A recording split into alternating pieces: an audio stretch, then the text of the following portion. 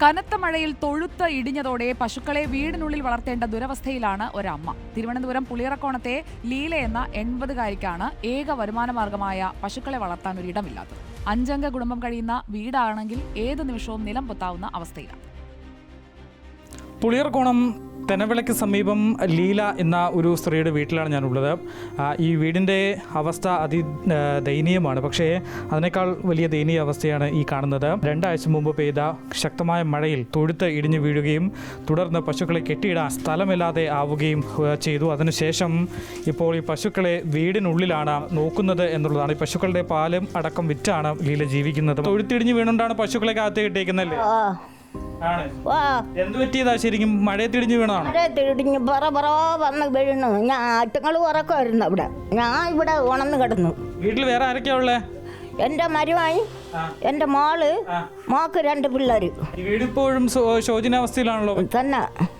ചുവരൊക്കെ ഇടിഞ്ഞിരിക്കുന്നു അവിടെയൊക്കെ. ഇതിന്റെ കൂടെയാണോ കിടക്കുന്നത്? അത് അവിടെ കിടക്കും, ഞാൻ ഇതിൽ കിടക്കും. എന്നാലും അത് ഞാൻ ഉറങ്ങുമ്പം ഇനി വരും. കണ്ണുറന്ന് നോക്കും. അത് ഉണരുമ്പം ഇനി ഒന്ന് ഇതാ ഇവിടെയാണ് കിടക്കുന്നത്. എൻ്റെ അടുത്ത കിടക്കും.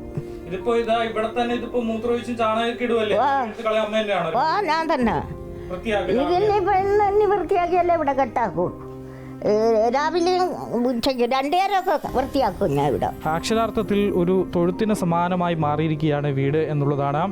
തികച്ചും അടിസ്ഥാന സൗകര്യങ്ങളുടെ പ്രശ്നങ്ങളുണ്ട്.